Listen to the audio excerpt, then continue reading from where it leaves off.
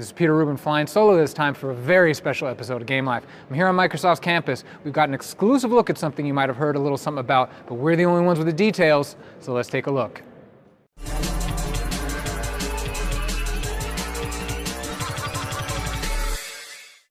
Why do I look like a Clayman right now?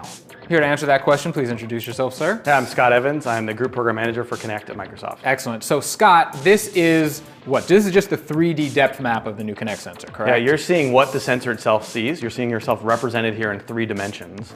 The 3D vision itself, which is what made Kinect famous, we've made high definition and high fidelity. If you step a little closer even, you can see the buttons in your shirt. You can see the buttons, you can see. Then this is little minute changes in depth that we can see with the sensor. Now Kinect is more than just a 3D vision camera. It also has a 2D vision camera. And you can see that we've got a 1080p high definition color feed across that whole field of view. But one of the challenges with a color feed is it's very susceptible to changes in room lighting. So we've introduced a new technology we call Active IR. Yeah, and the magic here is really in how it filters out room lighting. And a good way to show that is we can lower the lights in this room, we can close the blinds, and you'll see that that color image becomes unusable, but this Active IR image is completely unchanged. I can't see any differences from when it was light in the room and when it was totally dark in the room. And another fun way to show this technology at work, we'll use this little flashlight here, and you can simulate a lamp, for example, on the side. And we'll go back to color, and you can imagine if a lamp was sitting next to you on the end table, completely washing out only half of your face. And if we go back to Active IR, we can see that that light is completely removed from the scene. Let's bring the lights back up. Okay, yeah, so all of this, I should just point out, this is just all what the Kinect sensor sees and hears before it gets worked into an experience for you at home with the Xbox. Exactly. And now the first capability is skeletal tracking. Okay. This was one of the core techs that we introduced with Kinect for 360. And you see that we've taken skeletal tracking and leveraged that 3D vision and made it high definition as well. We've got more joints, more expressive movement. You can see the lean in your spine. You can shrug your shoulders. All of that movement is being represented here in your skeleton. We even have enough fidelity to show your hand joints, the tips of your fingers, your thumbs. So we can see pinches. Gun? It knows if I'm pointing a gun at the screen. Yep. What if I want to go menace to society and go from the side? Got it. Full gangster style. Okay. Now, on top of skeletal tracking, we have enough fidelity to even look at how your joints are rotating. So I'm going to turn on rotation. And this is a representation we call Boxman. No more cheating in Dance Central. It is going to know exactly what you're doing. Or even your head, if you rotate your head and make little circles there, we can see that represented as well. So we can see exactly where you're looking in the room. Oh, my yoga game is going to be on point. We can combine a physics model and start to understand muscles and forces that are exerted through the body. We're going to turn that on here. We've got a representation here of you. And what you're seeing is as the skeleton's moving from green to red, it's showing where the force is being applied. Okay. So you're shifting your weight and you're seeing the weight shift on one foot. If you jump up in the air while you're midair, you'll be all green because there's no force. And as you land, you see your feet turn red.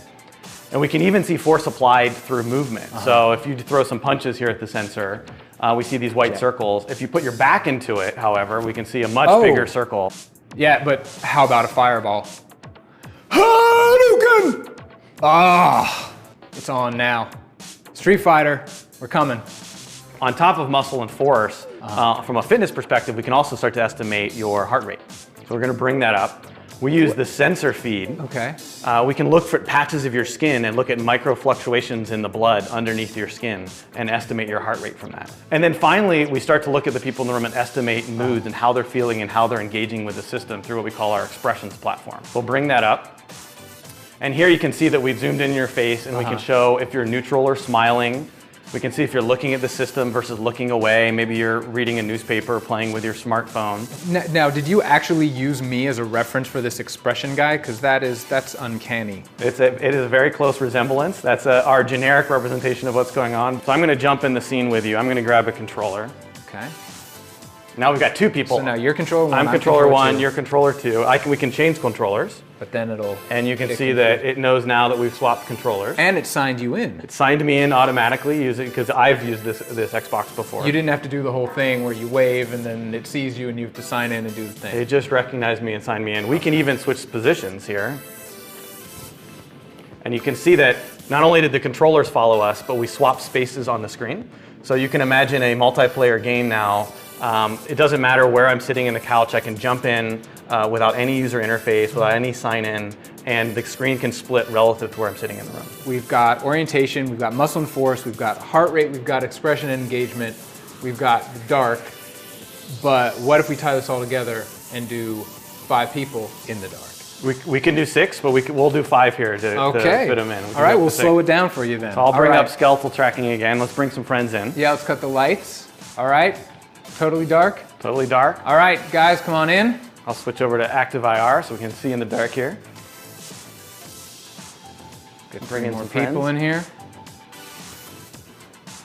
See now, look at that. Let's jump. 1, 2, 3.